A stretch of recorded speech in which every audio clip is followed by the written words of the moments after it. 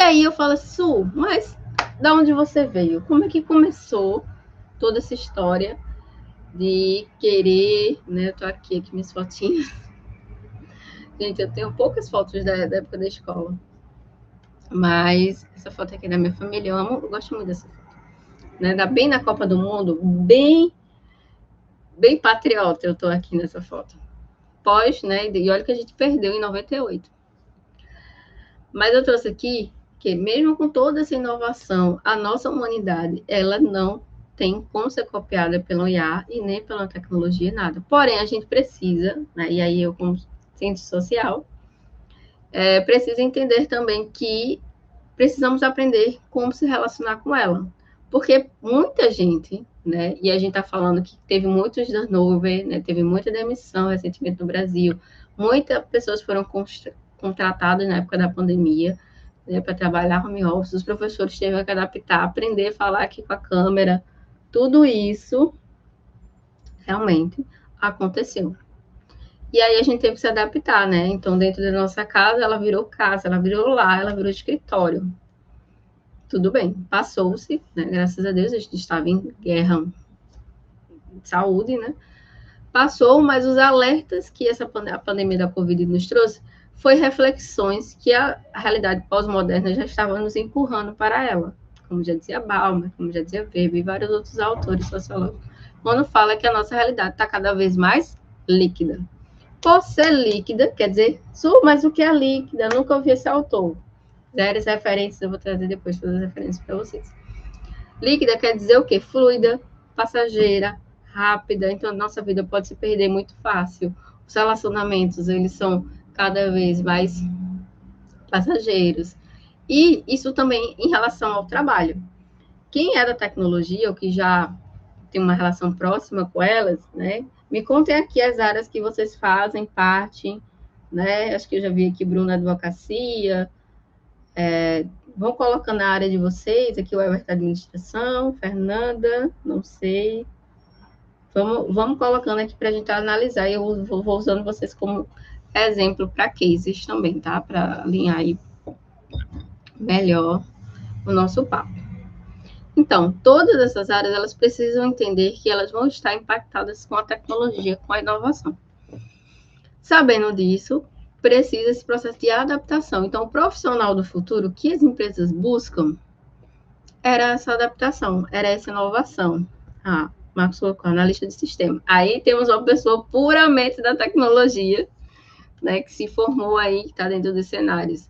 Mas, além de quem é da tecnologia, que escolheu trabalhar, né, criar soluções, trabalhar criatividade, inovadores e problemas reais, eu acho isso incrível. E o que me bateu, que fez sentido quando eu descobri isso na minha história.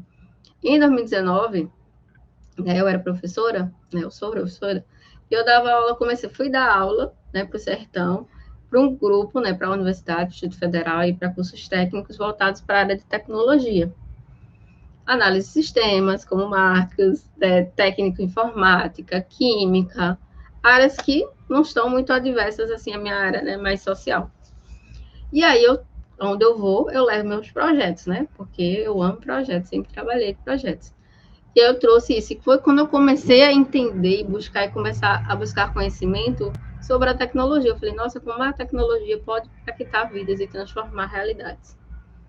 E aí a gente foi criando projetos para ir para a realidade quilombola, projetos para atender, para ensinar velhos, né, senhores de idade em asilos a mexer no computador, a criar um e-mail, coisas tão simples que ajuda a acessibilidade deles, né? Então, quando eu falei, nossa, isso daria um grande impacto.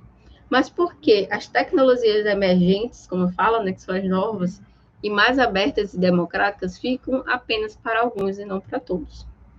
Eu falei, nossa, isso aí poderia ser um propósito de vida, né? E aí foi quando eu pensei na minha carreira. Então, essa menina aqui, que vocês estão vendo pequenininha, toda patriota, né? Com a família dela, né? Sou natural do interior do Pernambuco, né? A terra basicamente de cana-de-açúcar, produção rural e comércio, e que tem os pais, né, semi-analfabetos, classe pobre, né, está inserida toda nesse contexto todo nesse contexto, e que disse assim, tenho que mudar essa realidade. Desculpa. E inserida nisso, mas uma das coisas que nunca faltou na minha família, eu falo isso sempre, é que nunca faltou amor. Né? Então, assim, nossa mãe, nosso pai, sempre faltou amor. E uma das coisas, mesmo eles estão tendo, que é muito contraditório, educação, eles sempre não deixaram a gente perder a fé na educação, porque ele dizia, a educação é a única forma legítima e honesta nesse país para você ser alguém. Na verdade, essa parte de alguém, vamos ter uma crítica aí, né? Porque todos nós somos alguém, seja desiguais ou não. Mas todos nós precisamos ser alguém. E aí, como é que a gente vai ser alguém? Já dizia Paulo Freire, se você não transforma, você não consegue mudar. Então, assim, a pessoa que constrói lá, busca o conhecimento, faz medicina, mas só atende ricos para ricos, será que realmente ela está transformando a realidade? Então, isso ficou muito na minha cabeça.